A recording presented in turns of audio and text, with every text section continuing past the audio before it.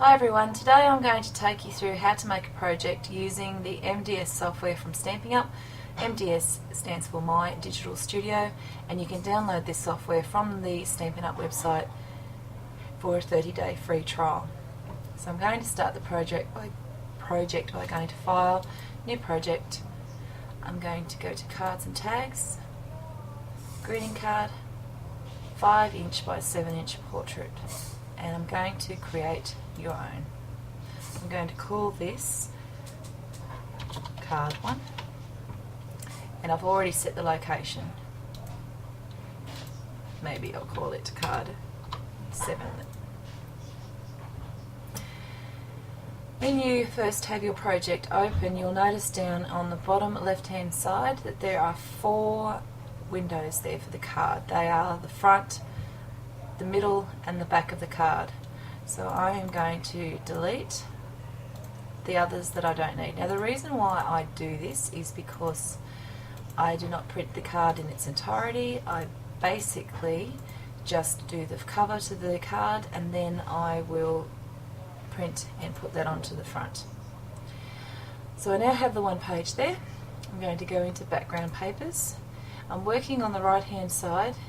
Over here you've got all the menu items that you need. You can access them in other areas of the software, but I'm just working here for the time being. So I'm going to go to choose cardstock. I want very vanilla, so I'm going to start typing very in here, and I'm going to select OK, and that cardstock will be the background. I'm then going to go into cardstock again, and this time I want early espresso, so I'll start by typing in early. And I don't want to hit OK because it will be applied to the whole background. I'm going to add this one as a page layer. I'm going to use the handles to make this piece fit like it's mounted to the top of my card. And once I've done that, I'm going to give it a drop shadow. So over here, once you've clicked on it, it actually goes to the Photos tab, but there's a drop shadow option there. And I'm going to give it a 50% drop shadow. And you'll notice that it has given just a little darker edge, and that gives more depth. I'm going to go back into background papers. This time I'm going to pick Crumb Cake and hit OK. Sorry, I'm going to undo that background setting. I'm going to go to background.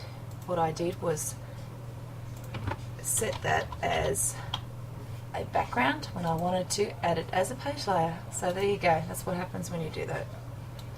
I'm going to move this down to the bottom part of the screen, to the bottom third, and I'm also going to move over to drop shadow and give that drop shadow.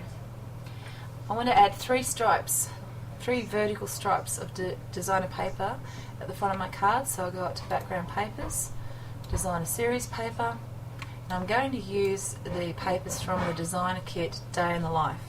So I want this one, so I'll add that as a page layer.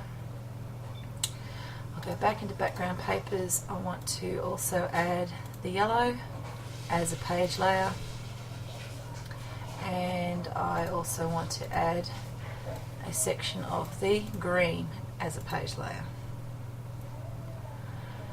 Now, I can move these around so you can see all 3 are there. I'm going to click and drag the orange up. I'll just move the green down so I can get to the other handle. And I'm just going to make each one of these take up sort of a third of the top there. And the green as well. Here we go. And then I'll just bring those down so that they meet up with that bottom piece of crumb cake.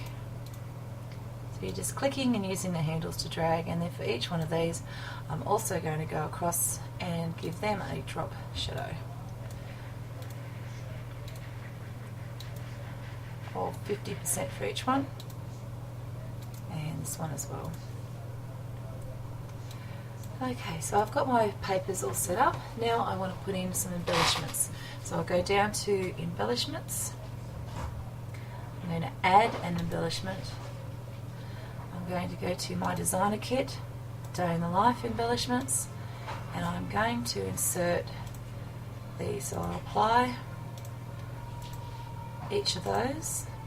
As I'm hitting apply, they are putting one of each of these onto the page. So when I hit close and I start to move them around, you'll see that there is one of each of the colours that I've chosen.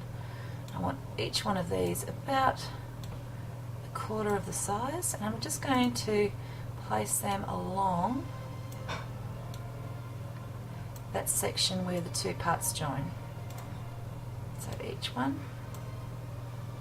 make it a bit smaller, so around the same size for each one. And you can fiddle and move these around so that they fit properly. There we go, and finally the blue. And I'll put the blue one in there. And you can move these along, make them a little bit wider. I might even just make the red one in the middle just a little bit bigger. Just move this across, that's right on the edge. And I might make this one a bigger one for in the middle. And because I want that in front of the other two, I might say right click on that and bring it to the front. And I might even make it just a touch bigger. There we go.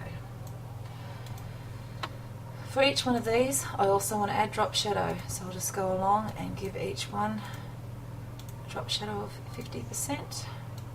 I'm going to leave the blur where it is. I don't mind that. So apply that to each piece, all the way along, brown and the last one.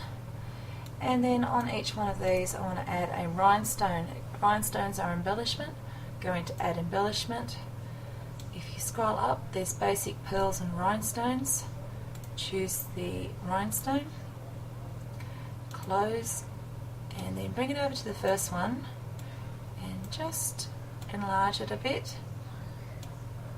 Okay, center it, and when you've got it the size you want, right click, copy, and then Control V to paste it, and you can drag it onto the other ones. Like so. Because you've resized it, you don't need to go in and do it individually. You can just copy across. There we go. Last thing I want to do is to add a stamp. So if you go down to the stamps and add a stamp, there are heaps of options here. So all of the stamps that come with MDS, there's already some that are loaded and preloaded with the program.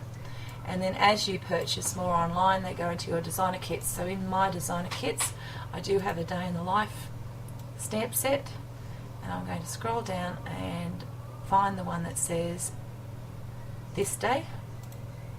I'm going to apply it, close, and the stamp will be added onto my card. I'm going to place it down in the bottom corner, enlarge it. I can add a drop shadow to the stamp. And I can also change the colour.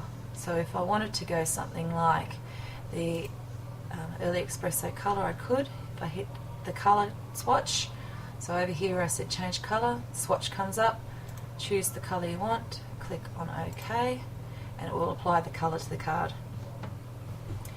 Now that my front of the card is complete, I want to be able to save this then, obviously, so I can go and print it. So I'll go up to Project, Share, Export Pages. Oops, hang on a second. Let's go File, Save first. And we'll try that again. Share, Export Pages. Well, that's not going to work for me today.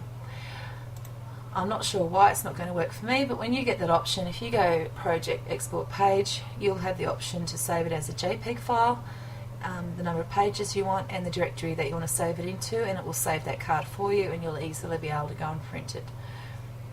So I'm hoping you enjoyed that tutorial, and join me for more tutorials where I'll show you how to make more card fronts. Thanks for watching.